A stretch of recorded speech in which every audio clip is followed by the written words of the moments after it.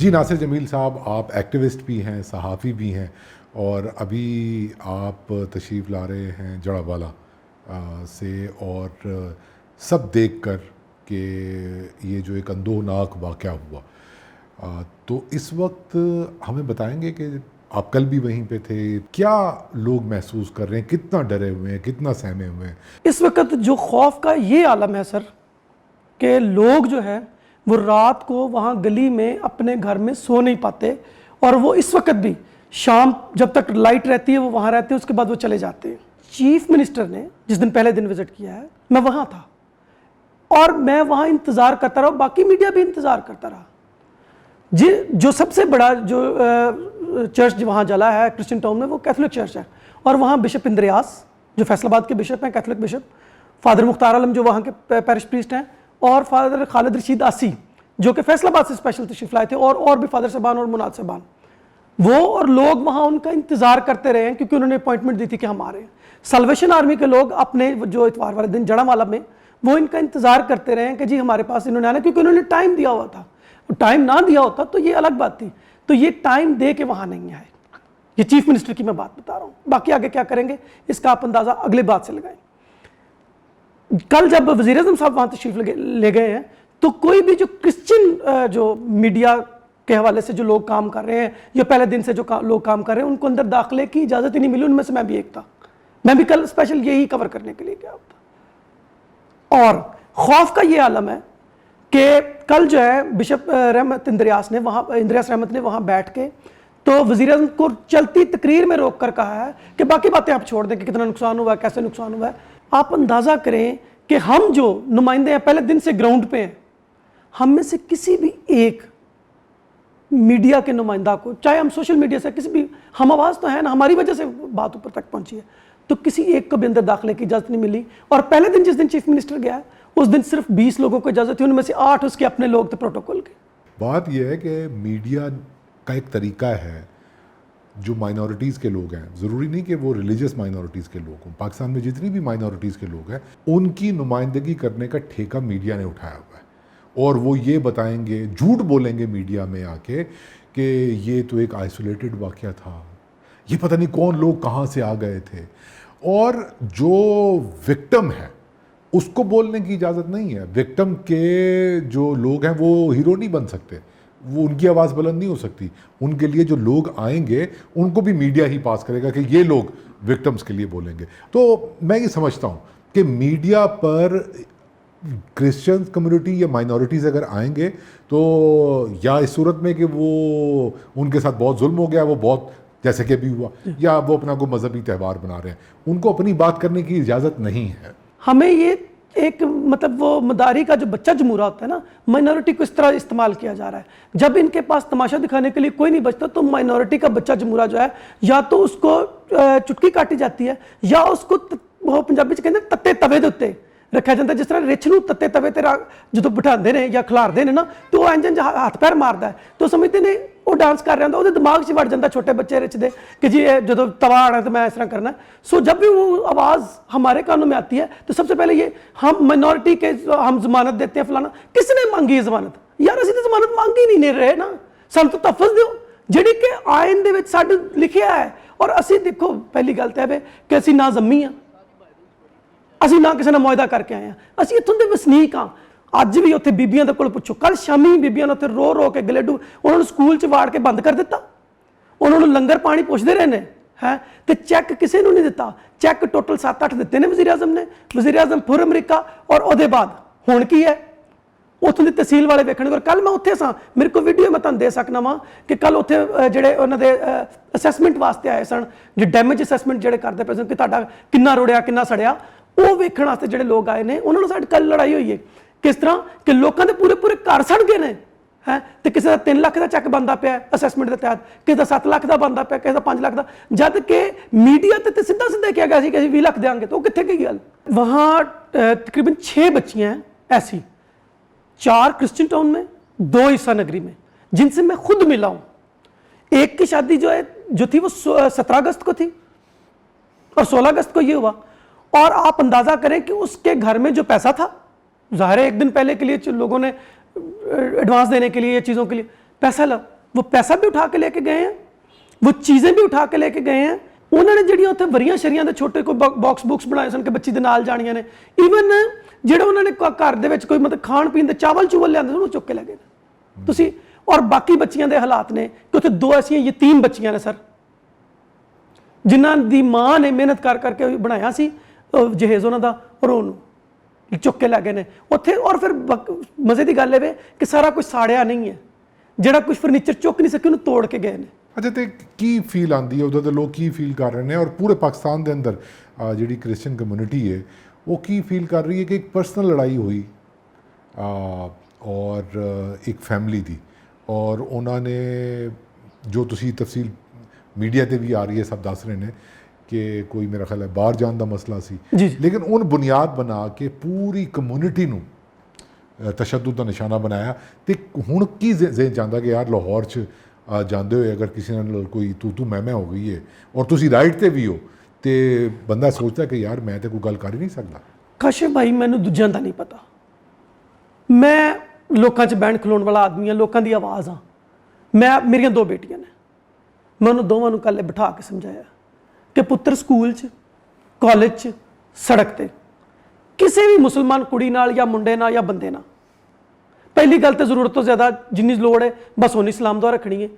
ਤੇ ਜੇ ਅਗਰ ਕੋਈ ਥੋੜਾ ਜਿਹਾ ਵੀ ਵਧੇ ਨਾ ਤੇ ਪੁੱਤਰ ਮਾਫੀ ਮੰਗ ਕੇ ਘਰ ਆਉਣਾ ਹੈ, ਗੱਲ ਨਹੀਂ ਕਰਨੀ।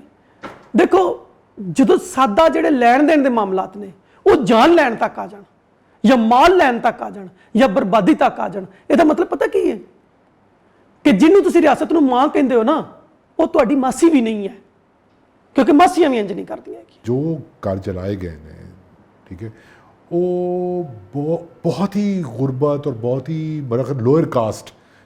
ਜਿਹੜੇ ਲੋਕ ਨੇ ਉਧਰ ਉਹ ਰਹਿ ਰਹੇ ਸਨ। ਤੇ ਮੀਡੀਆ 'ਚ ਉਦੋਂ ਖਬਰ ਬਣਦੀ ਹੈ ਜਦੋਂ ਅਸੀਂ ਆ ਕੇ ਦੇਖਦੇ ਹਾਂ ਕਿ ਉਹਨਾਂ ਦੇ ਘਰ ਜਲਾ ਦਿੱਤੇ ਗਏ, ਇਹ ਹੋ ਗਿਆ ਉਹ ਹੋ ਗਿਆ। ਲੇਕਿਨ ਉਂਝ ਪਾਕਿਸਤਾਨ ਦੇ ਅੰਦਰ ਅਗਰ ਮਾਈਨੋਰਿਟੀਜ਼ ਦੀ ਗੱਲ ਕੀਤੀ ਜਾਏ ਤੇ ਮੇਰਾ ਖਿਆਲ 99% ਮਾਈਨੋਰਿਟੀਜ਼ ਜਿਹੜੀਆਂ ਨੇ ਉਹ ਇੰਤਹਾਈ ਗੁਰਬਤ ਦੇ ਅੰਦਰ ਜ਼ਿੰਦਗੀ ਗੁਜ਼ਾਰ ਰਹੀਆਂ ਨੇ, ਔਰ ਇਹ ਅੱਜ ਤੋਂ ਨਹੀਂ ਹੈ, ਪਾਕਿਸਤਾਨ ਬਣਨ ਤੋਂ ਪਹਿਲੇ ਹਜ਼ਾਰਾਂ ਸਾਲਾਂ ਦਾ ਹੀ ਹੈ। ਤੇ ਇਹ ਖਿਆਲ ਨਹੀਂ ਆਉਂਦਾ ਕਿ ਯਾਰ ਸਾਡੀ ਗੁਰਬਤ ਨੂੰ, ਸਾਡੀ ਮਾਸ਼ੀ ਹਾਲਤ ਨੂੰ ਵੀ ਬਿਹਤਰ ਬਣਾਉਣ ਦੀ ਕੋਸ਼ਿਸ਼ ਕਰਨੀ ਚਾਹੀਦੀ ਹੈ, ਇਸ ਪਾਸੇ ਵੀ ਨਜ਼ਰ ਪਾਉਣੀ ਚਾਹੀਦੀ ਹੈ। ਲੇਕਿਨ ਗੱਲ ਮੀਡੀਆ 'ਚ ਉਦੋਂ ਆਉਂਦੀ ਹੈ ਜਦੋਂ ਕੋਈ ਵਾਇਲੈਂਸ ਹੋਏ ਸਾਡੇ ਖਿਲਾਫ।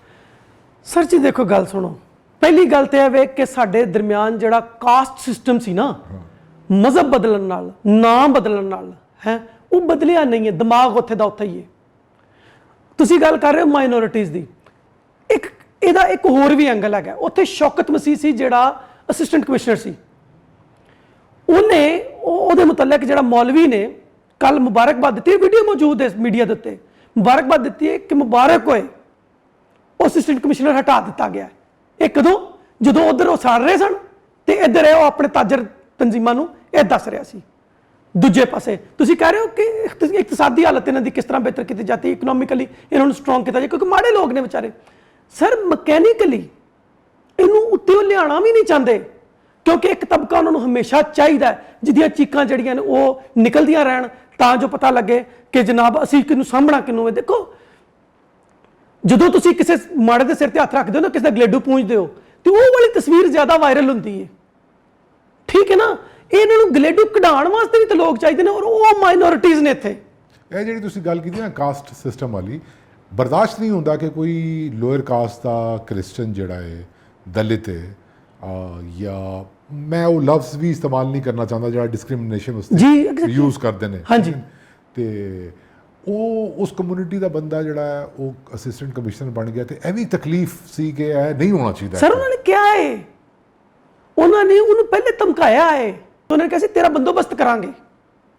ਔਰ ਇਹਨਾਂ ਨੇ ਉਸ ਤੋਂ ਪਹਿਲੇ ਵੀ ਉਹਦਾ ਬੋਰਡ ਲੱਗਾ ਸੀ ਅਸਿਸਟੈਂਟ ਕਮਿਸ਼ਨਰ ਸ਼ੌਕਤ ਮਸੀਹ ਸੰਧੂ ਅਸਿਸਟੈਂਟ ਕਮਿਸ਼ਨਰ। ਅੱਜ ਤੋਂ 6 ਮਹੀਨੇ ਪੁਰਾਣੀ ਗੱਲ ਤੁਹਾਨੂੰ ਦੱਸਣਾ, ਜਦੋਂ ਇਹਨਾਂ ਨੇ ਕੋਈ ਸਾਲ ਸਵਾ ਸਾਲ ਪਹਿਲੇ ਲਾਇਆ, ਉਹਨੂੰ ਪਹਿਲੇ ਕੋਈ ਕਾਲਾ ਕਰ ਗਿਆ ਸੀ ਉਸ ਬੋਰਡ ਨੂੰ ਵੀ, ਸ਼ੌਕਤ ਮਸੀਹ ਸੰਧੂ ਨੂੰ। ਬਰਦਾਸ਼ਤ ਨਹੀਂ ਹੈ ਅੱਜ ਤੱਕ, ਹੁਣ ਦੇ ਦਿਨ ਤੱਕ ਸ਼ੌਕਤ ਮਸੀਹ ਨੂੰ ਉੱਥੋਂ ਟ੍ਰਾਂਸਫਰ ਕੀਤਾ ਗਿਆ ਪਹਿਲੇ ਘੰਟਿਆਂ 'ਚ ਹੀ 2 'ਚੋਂ ਹੈ। ਸ਼ੌਕਤ ਮਸੀਹ ਦੇ ਪਿੱਛੇ ਸਟੇਟ ਨਹੀਂ ਖੜੀ ਹੈ, ਉਹ ਸਟੇਟ ਆਪਣੇ ਹੀ ਬਣਾਏ ਹੋਏ ਅਫਸਰ ਦੇ ਮਗਰ ਨਹੀਂ ਖੜੀ, ਤੇ ਮੇਰੇ ਤੁਹਾਡੇ ਮਗਰ ਕੀ ਖਲੋਏਗੀ? ਉਸ ਗਰੀਬ ਆਦਮੀ ਪਿੱਛੇ ਜਿਹੜਾ ਇੱਕ ਸਵੀਪਰ ਹੈ 60 ਸਾਲ ਦਾ ਆਦਮੀ ਸਲੀਮ ਮਸੀਹ, ਜਿਹਦੇ ਤੇ ਇਲਜ਼ਾਮ ਲੱਗਾ ਉਹਦੇ ਮੁੰਡੇ ਤੇ, ਉਹ ਤਹਿਸੀਲ ਦਾ ਉੱਥੇ ਸਵੀਪਰ ਹੈ, ਜਿਹੜੀ ਅਸਿਸਟੈਂਟ ਕਮਿਸ਼ਨਰ ਪਿੱਛੇ ਨਹੀਂ ਖਲੋਤੀ, ਉਹ ਸਵੀਪਰ ਪਿੱਛੇ ਕੀ ਖਲੋਏਗੀ? ਇੱਕ ਹੋਰ ਸਾਡੀ ਏਸੀ ਲੱਗੀ ਸੀ, ਉਹਨੂੰ ਵੀ ਟ੍ਰਾਂਸਫਰ ਕਰਵਾਇਆ ਗਿਆ, ਜਿਹੜੀ ਲੱਭੇ ਮਸੀਹ ਦੇ ਮਗਰ, ਲੱਭਾ ਜ਼ਿਸ਼ਾਨ ਦੇ ਮਗਰ ਨਹੀਂ ਖਲੋਤੀ ਹੈ, ਉਹ ਕਿਸੇ ਹੋਰ ਮਗਰ ਕੀ ਖਲੋਏਗੀ? ਜਿਹੜੇ ਵਾਕਿਆ ਸ਼ਾਂਤੀ ਨਗਰ ਮਗਰ ਨਹੀਂ ਖਲੋਤੀ, ਜਿਹੜੀ ਯੋਨਾਬਾਦ ਮਗਰ ਨਹੀਂ ਖਲੋਤੀ, ਜਿਹੜੀ ਜੋਸਫ ਕਲੋਨੀ ਮਗਰ ਨਹੀਂ ਖਲੋਤੀ, ਉਹ ਜੜ੍ਹਾਂ ਵਾਲੇ ਪਿੱਛੇ ਨਹੀਂ ਖਲੋਏਗੀ। ਔਰ ਮੈਂ ਤੁਹਾਨੂੰ ਦੱਸਾਂ, ਇਹ ਜੋ ਇੱਕ ਐਕਟੀਵਿਟੀਜ਼ ਕਰ ਰਹੇ ਨੇ, ਇਹ ਮੰਡਾ ਪਾ ਰਹੇ ਨੇ, ਮਿੱਟੀ ਪਾਓ ਕਰ ਰਹੇ ਨੇ, ਔਰ ਮੈਂ ਤੁਹਾਨੂੰ ਦੱਸ ਦਿਆਂ ਠੀਕ 2 ਹਫ਼ਤੇ ਦੇ ਬਾਅਦ ਇਹਦਾ ਨਾਮੋ ਨਿਸ਼ਾਨ ਨਹੀਂ ਹੋਏਗਾ ਇਸ ਗੱਲ ਦਾ। ਜਦੋਂ ਤੁਸੀਂ ਔਰ ਇਹ ਕम्युनिटी ਦੇ ਲੋग ਇਹ ਉਹਨਾਂ ਦੇ ਬਿਆਨਾਤ ਸੁਣਦੇ ਨੇ कि क्रिश्चियंस ने पाकिस्तान में वोट डाला तो वो बन गया पाकिस्तान और हम उनके साथ हैं, हम उनको अकेला नहीं छोड़ेंगे, हम मजम्मत करते हैं, ये किसी ऐसे बंदे की कार्रवाई नहीं हो सकती। किंज लगता है, किन्ना नकली लगता है और यह सुन के की महसूस होता है कि यह साडे नाल की कर रहे हैं? मैं तुहानूं दस रहा काशिफ भाई, ਇਹ ਨਾ 2-3 ਮੂੰਹ ਇਹਨਾਂ ਨੇ ਹਰ ਸਾਲ ਔਰ ਹਰ ਟਾਈਮ 'ਚ ਰੱਖੇ ਨੇ 47 ਤੋਂ ਲੈ ਕੇ ਅੱਜ ਤੱਕ। ਅੱਛਾ, ਉਹਨਾਂ ਦੇ ਵਿੱਚੋਂ ਸਾਡਾ ਮਾਈਨੋਰਟੀ ਦਾ ਵੀ ਇੱਕ ਬੰਦਾ ਮੈਂ ਅੱਜ ਜ਼ਰੂਰ ਕਹਾਂਗਾ ਦੁੱਖ ਨਾਲ ਕਿ ਐਸਪੀ ਸਿੰਘ ਅਸੀਂ ਕਰਨੇ ਪਏ ਆ ਨਾ ਸਰ। ਮੁਲਕ ਬਣਾਉਣ 'ਚ ਨਹੀਂ ਉਹਨੇ ਵੋਟ ਦਿੱਤਾ, ਉਹਨੇ ਸਿਰਫ ਪੰਜਾਬ ਦੀ ਵੰਡ 'ਚ ਵੋਟ ਦਿੱਤਾ ਸੀ ਕਿ ਅਸੀਂ ਤੁਹਾਡੇ ਨਾਲ ਗਿਣੇ ਜਾਵਾਂਗੇ ਹੈ। ਔਰ ਮਜ਼ੇ ਦੀ ਗੱਲ ਇਹ ਵੇ ਕਿ ਜਦੋਂ ਦੇ ਅਸੀਂ ਗਿਣੇ ਜਾ ਰਹੇ ਹਾਂ ਉਦੋਂ ਦੇ ਅਸੀਂ ਪਿੱਛੇ ਵੀ ਜਾ ਰਹੇ ਹਾਂ। ਸੋ ਜਿਹੜਾ मतलब माइनॉरिटी ਦੀ अगर ਤੁਸੀਂ ਕ੍ਰਿਸਚਨ ਦੀ ਗੱਲ ਕਰਦੇ ਹੋ ਜਾਂ ਸਿੱਖਾਂ ਦੀ ਗੱਲ ਕਰਦੇ ਹੋ, ਕਿਸੇ ਹੋਰ ਦੀ ਗੱਲ ਕਰਦੇ ਹੋ, ਕਿਸੇ ਵੀ ਮਾਈਨॉरिटी ਦੀ ਗੱਲ ਕਰਦੇ ਹੋ, ਗੱਲ ਇੱਥੇ ਉਹ ਗੱਲ ਹੀ ਨਹੀਂ ਗੀ ਹੋਣਗੀ। ਹੁਣ ਇਹ ਮਾੜੇ ਤੇ ਤਗੜੇ ਦਾ, ਸੋ ਜਿਹਦਾ ਕਸੋਨੇ ਨੇੜੇ ਨਾ ਉਹਦਾ ਰੱਬ ਨੇੜੇ ਹੈ।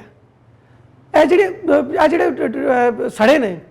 ਔਰ ਗਿਰਜੇ ਸਾੜੇ ਗਏ ਨੇ, ਇਹ ਵਾਲੀ ਜਿਹੜੀ ਪ੍ਰੈਸ ਕਾਨਫਰੰਸ ਮੌਲਾਨਾ ਅਸ਼ਰਫੀ ਨੇ ਕਿਸੇ ਗਿਰਜੇ 'ਚ ਬਹਿ ਕੇ ਕੀਤੀ ਹੈ, ਇਹ ਉਸ ਮਸੀਤੇ ਕਿਉਂ ਨਹੀਂ ਕੀਤੀ ਜਿੱਥੋਂ ਇਸ ਗੱਲ ਨੂੰ ਸ਼ੁਰੂ ਕੀਤਾ ਗਿਆ ਸੀ ਕਿ ਸਾੜ ਦਿਓ ਤੇ ਬਾਲ ਦਿਓ, ਉੱਥੇ ਹੀ ਜੜ੍ਹਾਂ ਵਾਲੇ ਦੀ ਮਸਜਿਦ 'ਚ?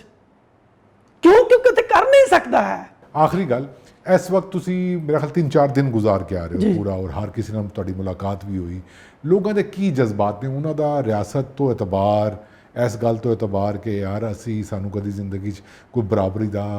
मौका मिलेगा, इकनॉमिक अपॉर्चुनिटीज़ ऐसी उन कही है या बराबर दी, मेरा ख्याल है कि ओवरऑल उंज भी कोई नहीं, तो हुण ਇਹ ਜਿਹੜੀ ਵੱਡੀ ਵੱਡੀ ਯਕੀਨ ਦਹਾਨੀਆਂ ਕਰਵਾਈਆਂ ਜਾ ਰਹੀਆਂ ਨੇ, ਹਰ ਕੋਈ ਆ ਰਿਹਾ, कोई यकीन आता है उन्होंने कि यार स्टेट उन्होंने उससे कुछ करेगी? दिल के बहलाने को गालिब ख्याल अच्छा है। तुसीं तो कह रहे हो ना कि माइनॉरिटी ਨੂੰ बेहतर किया जाएगा कि नहीं किया जाएगा। ਮੈਨੂੰ लगता है कि जिस तरह पिछले 76 सालों तो सानू इंसान नहीं ना समझते पे,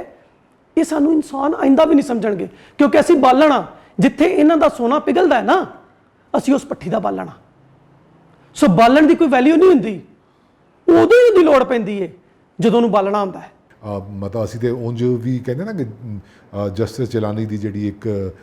ਜਜਮੈਂਟ ਹੈ, ਜਾਂ ਮਤਲਬ ਤੁਹਾਡੇ ਕੀ ਇਸ ਰਿਗਾਰਡਿੰਗ ਤਹਫੁਜ਼ ਦੇ ਹਵਾਲੇ, ਜਾਨ ਮਾਲ ਦੇ ਤਹਫੁਜ਼ ਦੇ ਹਵਾਲੇ ਨਾਲ ਕੀ ਮੁਤਾਲਬਾ ਹੈ? ਅਸੀਂ ਕੁਝ ਨਹੀਂ ਕਹਿੰਦੇ ਕਿ ਕੁਝ ਐਕਸਟਰਾ ਕਰਨ, ਜੋ ਇਹਨਾਂ ਨੇ ਕਿਹਾ ਹੈ ਨਾ ਉਹ ਕਰ ਦੇਣ। 20 ਲੱਖ ਰੁਪਈਆ ਜਿਹਨੂੰ ਕਿਹਾ 20 ਲੱਖ ਹਰ ਬੰਦੇ ਨੂੰ ਪੂਰਾ ਦੇ ਦੇਣ, ਅਸੈਸਮੈਂਟਾਂ ਨਾ ਕਰਨ। ਦੂਸਰੀ ਗੱਲ, ਆਇੰਦਾ ਲਈ ਕਾਨੂੰਨ ਸਾਜ਼ੀ ਦੇ ਵਿੱਚ इस तरह का पक्का और अमल दरामद इंप्लीमेंटेशन करन उस कानून के उत्ते कि आइंदा माइनॉरिटी का कोई नुकसान ना हो, जिन्होंने हुण कीती है वो बाकायदा सज़ा होंदी नज़र भी आवे। मैं नहीं कहता भी तुसीं साडे गिरजे बना दिओ, मैं नहीं कहता भी तुसीं साडे घर बना दिओ, तुसीं सिर्फ सानू पाकिस्तानी बना दिओ और आइन दे विच सानू बराबर दे शहरी बना दिओ, बस होर कुछ नहीं चाहिए।